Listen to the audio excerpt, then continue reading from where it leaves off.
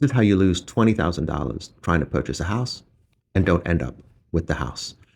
In this particular case, I had approved these people for $800,000 and they were looking for houses. About a month later, they called me up, explained to me they found their dream house and it's for 775 and can I update the letter? I was like, no problem. Update the letter. I send it to them. A few hours later, their agent calls me up and says, we've submitted the offer. Can you call the listed agent and just make her feel good about the transaction? There's a couple other offers on the house. I was like, sure. Call the listing agent. I actually recognized her. I'd worked with her in the past. And I was like, hey, these buyers, I've checked their income, I've checked their credit, I've checked their assets. There's no problem here. These people are going to close, no issues at all. She's like, great. She's like, I think we're going to take this offer and I look forward to working with you. I was like, awesome. So the next day, the contract shows up and I get the contract. So now when I'm looking at the contract, I noticed the sales price, I noticed the little bit of concessions, but I also noticed that they're not doing a home inspection. Well, they are doing a home inspection, but it's only for informational purposes only. So what that means is that if they find anything in the home inspection, they can say, we want you to fix this.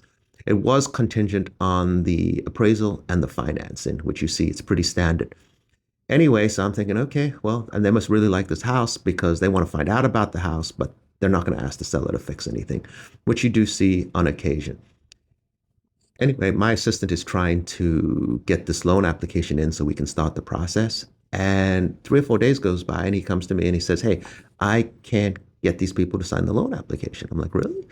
So I call them up and they explained to me that during that home inspection, there were some things that came up that made them feel real uncomfortable and they didn't want to go forward with the house. I was like, I know, but the contract you wrote isn't contingent on a home inspection. And the buyer says to me, well, you should talk to my agent. So I call the agent and I'm like, what's going on here? She explains to me what's going on. And then she says to me, what I need you to do is give me a denial for the financing. I was like, well, first of all, the people haven't made a complete application. Second of all, they're not denied for the financing.